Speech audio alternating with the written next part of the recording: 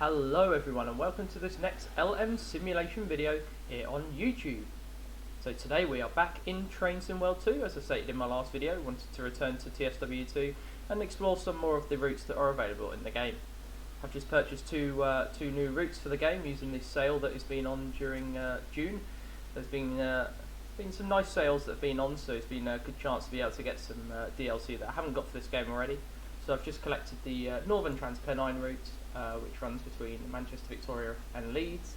That's set in the sort of the 80s period, and then you've also got the Long Island Railroad, which is something that I've been wanting to get onto because it's a suburban service in sort of the New York area, and I really do enjoy that sort of scene, and they're a lot of fun to drive and play. So do keep an eye out for that later down the line here on LM Simulation. But we are going to be exploring today one of the first routes that ever came out in Train Sim World 2, and that is the wonderful Great Western Express, if I can bring it back up here. So I'll read to you what it says here. Great Western Express brings to life the experience of driving high-speed and commuter passenger trains on one of Britain's busiest railways. Take control of the iconic Great Western Railway's HST and command it to 125 miles per hour along the Great Western Mainline out of London Paddington's mainline station. That's not the only thing you can do. It comes with the Class 66 as well, so you can do some freight scenarios, and it also comes with the Class 166 DMU, and that you can do some of the stopping services between London Paddington and Reading.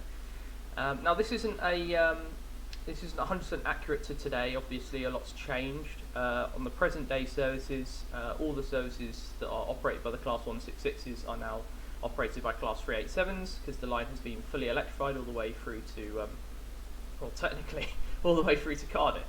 There's no need to drop your pantograph now all the way from London to Cardiff. I believe the 387s now operate all the way to Bristol Parkway, which is something I never thought I'd ever say. I didn't think they were ever going to get further than Didcot, being a commuter train. They had no need to, but yeah, they seem to be operating them all the way out to Bristol Parkway. So it's if you want to ever try a fully electric service all the way from London to Bristol, you can now do that. Something that I'm sure Brunel wouldn't have ever foreseen back in the day. Anyway, so this sort of route is set in the period where they were electrifying it, around 2015, I reckon. So half of the route is electrified and half isn't. As a result, there's no electric traction in this route. It's just purely diesel traction, and it covers the route between London, Paddington and Reading. It's not massively long route. It's only it's only 20 miles or something like that. It's not very long, but it's a good drive anyway. So without further ado, I'm going to magically use editing and get us into the route, and we're going to be doing something where you can just I'll show you a mode basically on here on Train Sim World 2, where basically you can just launch into the game as a passenger and command and take over trains as if you were a train driver. So we're going to do that, and we're going to start at Reading, and we're going to work ourselves into London Paddington. So without further ado, let's get into the route, and I'll see you in there. Thank you.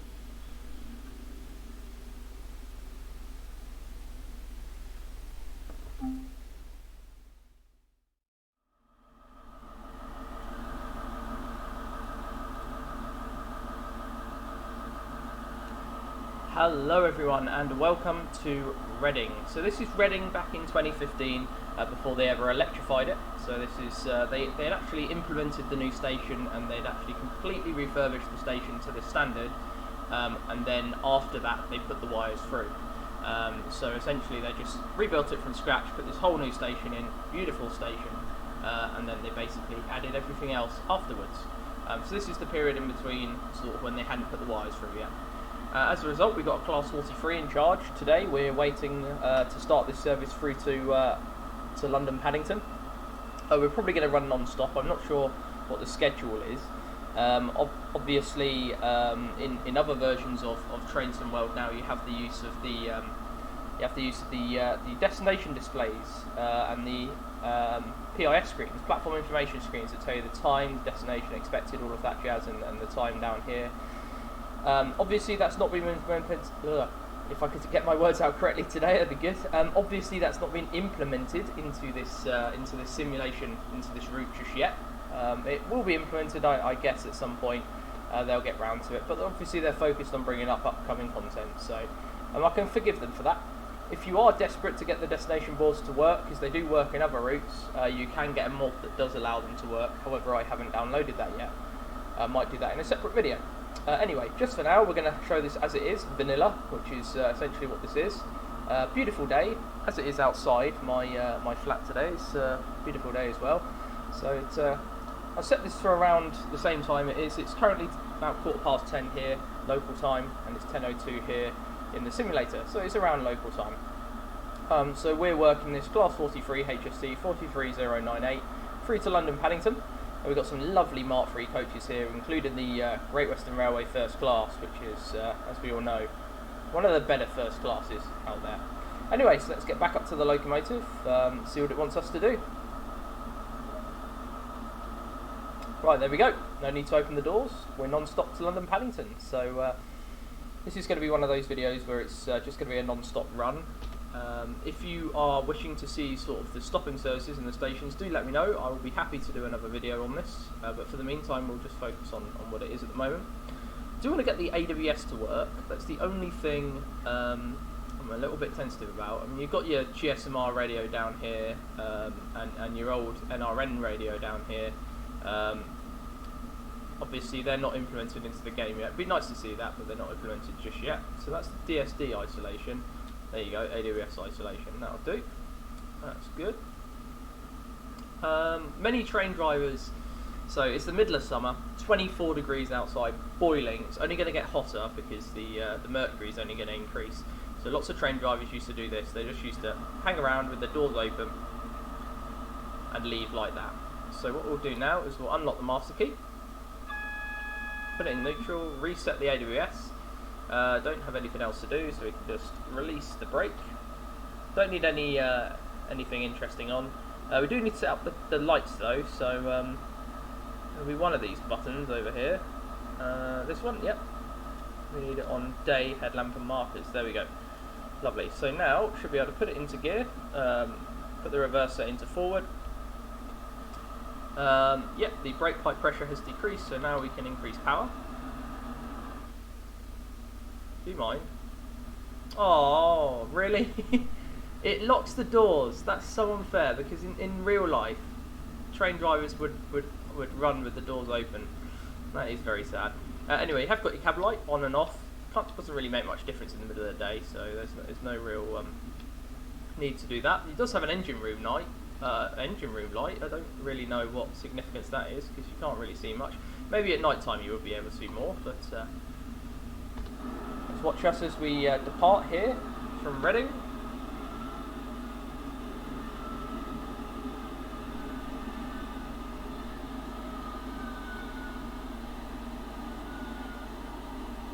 Got a fully refurbished set as well, as you can see, all nice refurbished seats.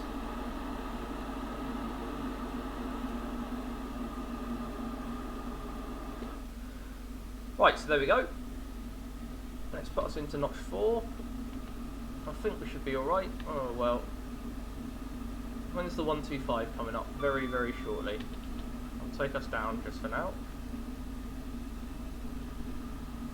Okay, no, we can put us into notch 5. We should be alright now. So, non-stop all the way to London Paddington, all the way up to 125 miles an hour. Now, having lived on this route in the past and having basically been part of the route, I'll show you the station that I used to live at. Well, I didn't used to live at the station, but my local station. I'll show you that as we go past. But essentially, this is quite a common route for me. It used to be my bread and butter, what I used to walk to every day. Obviously, many years have passed since, so it's no longer my bread and butter. But it's nice to visit occasionally. So this line between Reading and London Paddington, that was my normal route. Don't know why we got an AWS there, even though we got green. So as you can see, we're now in notch 4. I believe that we're in notch 5. We're in notch 5, sorry. 5 notches of power on these Class 43 locomotives. And once you put them into notch 5, they will get up to 125, but they like to take their time. Obviously, you've got 2 power cars, one at the front, one at the rear. Usually, the one at the rear will have the ETH applied, so essentially that will run at a higher RPM than the one at the front, to ensure the passengers are kept warm. Nice little 166 there. And essentially, the one at the front will then perform most of the work and do the hauling. Many occasions you would see OEO. OEO stands for one engine only running, and it's essentially where one of the power car engines have failed. These locomotives are able to operate OEO. Obviously, they get quite badly delayed, and they won't get up to 125 on OEO. So I believe they wouldn't even get up to 100 on OEO. They might even be limited. That sort of knowledge is beyond me, but it's interesting to see it nonetheless. But I do enjoy this route. So this is, I believe, maybe the second route that came out for Train Sim World 2. I'm happy to be corrected on that, but it might even be. Oh, Class 66. That didn't take long.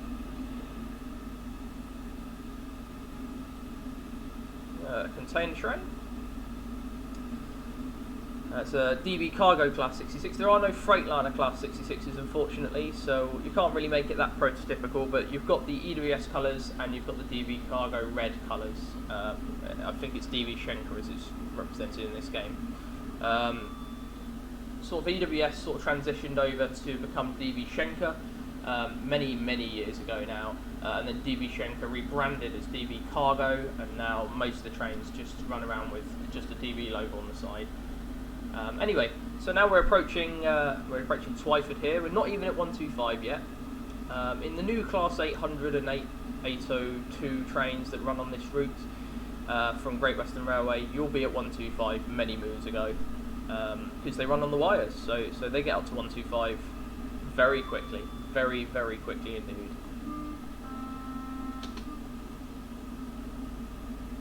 So I'll do a nice little pass as we pass through Taplow Station, which is in a couple of stations' time. So we now go past Twyford Station. That was Twyford. We changed there for the branch line through to Henley-on-Thames via Wargrave and Shiplake. So that's that little section line there. There are some rail tours that come along this route. I think they used to do one every year. That used to basically be out. I think Pathfinder used to book it, and it used to go down all the branch lines in the Thames Valley. And it would do it overnight, obviously, because it can't do it during the day because you've got the Class 166s and 165s that go down that route. Anyway, so it does all the branch lines with a Class 37 on either end. Bit of an interesting one. Can't go down to Marlow, so Marlow is the branch line from Maidenhead. Maidenhead has a branch line that goes down to Bourne End, and then you reverse at Bourne End to go down to Marlow. But the rail tour couldn't make it down to Marlow. Because essentially the rail tours, I think it's 7 coaches or something like that, and the rear loco upon arrival in Bourne End is over the points to get the points to change to go to Marlow. It's a very short platform and it's section. So unfortunately there is no way, unless you are only going to have a rail tour with three or 4 coaches. At that point, you'd sell tickets out in minutes. So, and you wouldn't really be able to run with the capacity, you see. So. Anyway, we're nearly at 125. I'll show you all the branch lines as we go along this route. It is a beautiful route, and I can't believe it was only the second route to come out for Train Sim World 2. It looks very modern these days. All it needs is the platform information screens to be functional, and I've been wanting that for a long time, but unfortunately there haven't been any updates since. So, Dovetail Games are committed to bringing out sort of new content, and they've got a team that work on existing content, but I can understand if it's not their first priority. So I'm going to take us down to notch 4 because we're nearly at 125, our cruising speed. So if I just show you around the outside of the train here, one of these bridges I used to go spotting at. This is my local area now. This is exactly where I used to go spotting.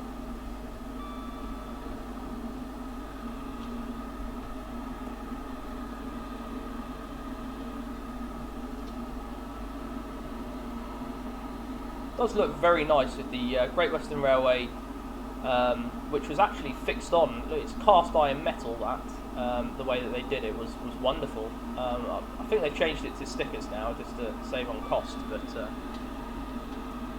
we go. We're at 125. You have a look through the train. We've got the first class coaches. Back in the old days, I'm talking about probably about 6 or 7 years ago now, there used to be 9 coaches.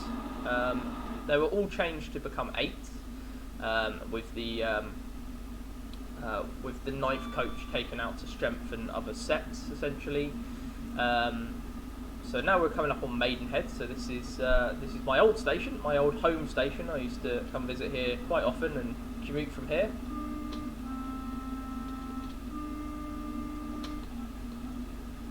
And the final, just there, where we've just passed, is where I caught the Flying Banana, which was the final Class 43 HST to ever pass Maidenhead. Apart from the new measurement train, of course, that still comes down here, but that was the final GWR one to ever come past. I believe we've had HST power cars, but never a full set. Sometimes the power cars do recover the sleeper for whatever reason. If that goes down, you can run 2 power cars back to back and then couple that to the 57, and then that runs to the sleeper. As you can see, we're starting to get some of the overhead wires that are now sort of appearing into view.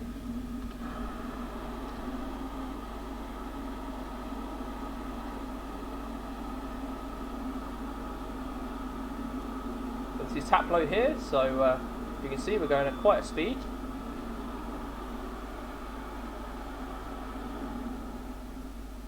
And that is how it used to always be.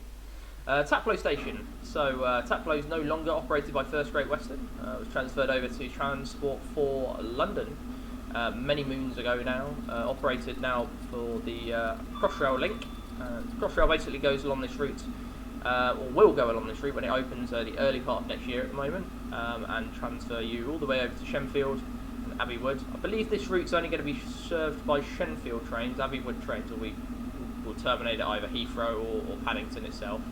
This is Burnham here, also operated by Transport for London. It's good to know that the stations we passed previously, Maidenhead and Twyford, both still operated by Great Western Railway. So it sort of depends on where the funding comes from. So all these stations are now going to be step free.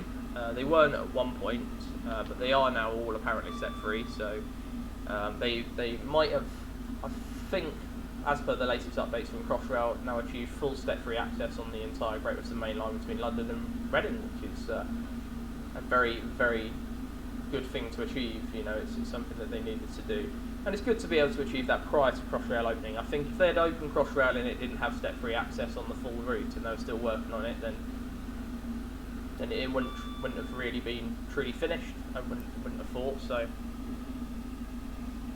Now approaching Slough. Slough is still operated by Great Western Railway. It's got a branch line that comes off here at Slough for Windsor and Eastern Central, which was made famous during the marriage of Kate and William. And that was where the branch line on the station here, very, very busy, as it comes into the platform and just terminates here in this little bay, where the Windsor and Eton Central trains go. The Riverside is the other station for South Western Railway that goes into London Waterloo. Anyway, so we're powering along this route. We've only got 17 miles to go. It really does go past quite quickly. So we just passed through, that was Slough, so it's still operated by Great Western Railway. Got 5 platforms there at Slough, one for the shuttle to Windsor and Eton Central. We've got 2 high-speed platforms, which are occasionally used for high-speed services into London and out to stations like Oxford and alternative stations. I believe the intercity services to Cardiff, Bristol, they all run like this non-stop through here. So this service, I'm not sure what it would have been, but 10 o'clock, I'd have said on the dot, would have been the next Bristol, by the sounds of it. Although, might not be. We'll have to wait and see. Obviously, could be an ex Oxford or something like that. That doesn't stop at Slough. So this is Langley, also now Transport for London operated. So all of these sort of catenary wires here now all complete. You've got class 3, 4, 5s that operate along here. under the branding of TfL Rail, which will transfer over to Crossrail branding when Crossrail fully opens at the beginning of 2022. I believe, and I haven't had any confirmation of this yet, that when they open Crossrail in 2022, that'll be the whole route open to Abbey Wood, it'll be the whole route open to Shenfield, it'll be the whole route open to the opening the whole thing at once. There's not going to be any progressive stages to this. They've taken long enough, it will just open at once. So this here is Iver, also Transport for London operated now, also step 3, so it's good to know. You can see the line breaks off now. We've got five lines instead of 4. You've got the 2 high-speed lines, the 2 relief lines, and you've got the freight-only line here at the side, where some of the freight trains go that get looped in this area. I believe that that freight-only line was created with the idea of possibly running Crossrail trains along it as well. So Crossrail trains will branch off and allow sort of faster Great Western Railway stopping trains to stop at these platforms, or to go through and allow the Crossrail trains to use the far platform over there. That's West Drayton. So we'll soon be coming up to where the fully wide area is in this section, which is the Heathrow Airport to London section of the route from Heathrow Airport Junction. I'll get us back up to 125. By the way, this is not prototypical. There's a lot less traffic in this than there would be in real life. As we go over to the Stockley flyover, which is this, that's where the line from Heathrow Airport comes in and joins up here. Used to be operated by Class 332s, now operated by Class 387 multiple units. The ones that were actually originally delivered to Great Western Railway. 387 130 to 143, I believe. So they were delivered to Great Western Railway, and then they were basically upgraded and modified to Heathrow Express specification and repainted or re-vinyled, whichever way you want to put it. So that's Hst and Harlington. So you change at Hst and Harlington for services through to Heathrow Airport. You can also change there for stopping services into London. Your Great Western Railway and the TfL Rail services that stop at Hst and Harlington can also get joined up with a 5th platform there at Hst and Harlington that allows you to go into London and stops at other stations such as Hanwell and Acton Mainline. The services from Reading that are operated by TfL Rail don't typically stop at Hanwell or Acton Mainline. So we come up here. This is the sidings at Southall. So you got the this is the DB cargo sidings now here at Southall, and as we go through Southall, you'll see a depot on the right hand side. Unfortunately, it doesn't have anything in it, but that depot on the right hand side, just after we pass through Southall here, is operated by West Coast Railway Company, and that's here. That's the Southall West Coast Railway Company depot. Where they base some steam trains and bits and bobs like that. I think Mayflower's based there and a few other bits. Got 47s there, got 33 based there. Yeah, it's quite a thriving depot. It's often runs between Southall and Carnforth, which is the northern West Coast Railway Company depot as well. So if you speed along the West Coast Mainline, we've now only got 7 miles into London. It's once you know you've passed Southall, you know you can basically start to get your coat ready. Having travelled on all of these Great Western Railway high-speed trains, I tend to notice how the commuters tend to act. They know the minute they pass Southall, it's only going to be a couple of minutes before they get into London. So that's what we just passed there is Hanwell. So that's one of the nice older stations there from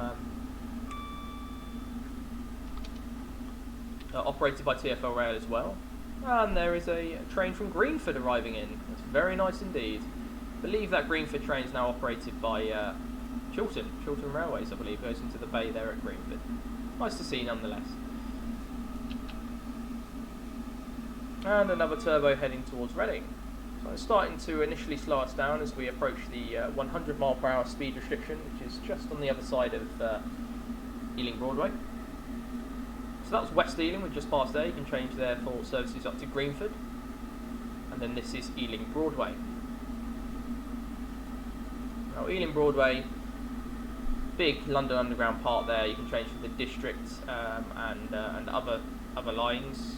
Just trying to think of which ones now. It's the district and something else. It's been so long since I've lived down that way. It's is it the central? Something says central to me. Might be the central. I seem to remember the central. It's going to keep us in throttle 1 just to keep the train moving. Otherwise, we do tend to decrease speed very quickly. Although we have got a cautionary signal coming up, so I might just keep that down there. On the left-hand side here is the massive yard at Acton. This is the DB cargo sort of yard and Acton, and they also have Freightliner bits and bobs here as well, a few Freightliner bits. But it's primarily a DB cargo yard. They keep Class 59s and stuff like that go down to the quarries. That's the main Acton terminal complex. We're back on green signals. That's good to see. I've got a 50-mile-an-hour speed limit coming up, which I'm going to start to brake for very shortly. So this is the line here that goes up to sort of Acton Wells Junction, I think it is, and connects up to the North London line that goes towards Clapham and places like that. I think the Clapham one's there. That's the Richmond branch that we've just gone over. We'll start to slow down for the 50. So here on the left-hand side, you've got the Old Oak Common EMU depot and the main terminal there, and on the right-hand side you've got the Hitachi depot now. It used to be operated by Eurostar, North Pole depot.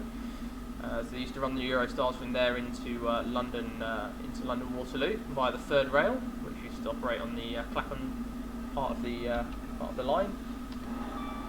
If I show you over here, that's Old Oak Common depot with the EMU depot and the Hst Depot. There's only one depot now at Old Oak Common, I believe, and that is the depot for TfL, for the Crossrail. There's a big Crossrail depot there at Old Oak, but that's it. The Hst depot's gone, and the electric multiple unit depot has very recently now been decommissioned.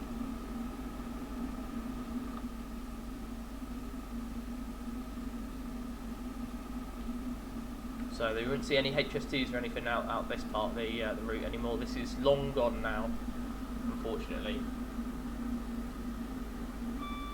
So the only reason they had the EMU depot there was to service the Class 332s and the Class 360s, which were operated, one by Heathrow Connect, Heathrow Connect being a former First operated company to Heathrow Airport, and the other by Heathrow Express. Now Heathrow Express is now operated by First Group.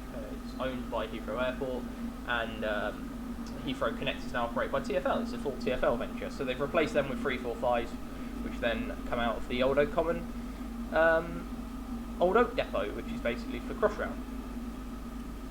So everything's swanky and modern now these days. So we're due into London Paddington 10:30. We're running about 5 minutes early, so you can keep to these schedules very well if you know how to drive a HST. So it will be certainly be interesting when we do perform our final approach into London. Commuters will be getting all of their bits and bobs ready as we terminate, and you'll be able to see the glorious structure that is not Heathrow, it's London Paddington. On the left-hand side here, you've got the provisional Crossrail works that are being modelled. So this route is based in 20. That's Royal Oak Station there, by the way, the tube station. But you've got the provisional Crossrail works that were happening in 2015. Obviously, we're now 6 years down the line. Crossrail's been open as a railway for 2 or 3 years now. It's been operational for 2 years, I believe. They've had trains running in and out of Crossrail now for 2 years, so all being fully done. So the entrance to Crossrail would be sort of that area there. I'm just trying to visualise it. It's hard to visualise it now that they've changed the whole layout, but it's difficult to visualise how it would have been or how it is now compared to how it is in this. Anyway, there you go. Sorry, did I say that was Royal Oak? That's not. This is Royal Oak here. That's something else. West, God knows. I'm getting my places mixed up. So that is Royal Oak there. Do apologise about that.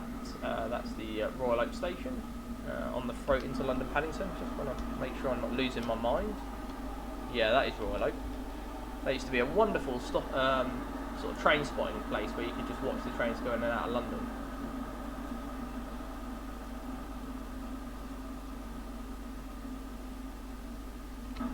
As we are on the final approach into London Paddington. So I hope you have enjoyed this nice sort of quick little video. It's only one I wanted to put together just to show you basically the whole of the Great Western Express route. If you want to see more, do leave a comment and subscribe, and give the video a thumbs up if you have enjoyed it. There will be some more Trainston World content I do intend to bring to the channel. Obviously, it's a fantastic route, and there's so much more you can do, scenario-wise, timetable-wise, or just in the sort of the free roam section of the route where you can just turn up and drive a train.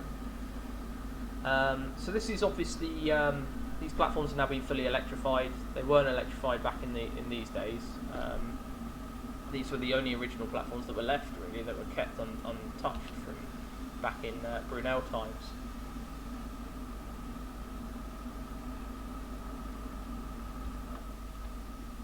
You've got 194 over there.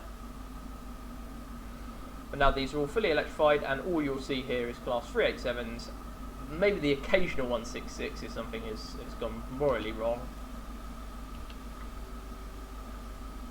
Look at that.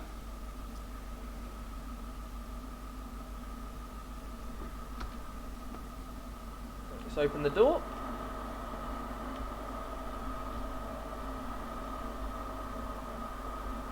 I think that is a wonderful view, that.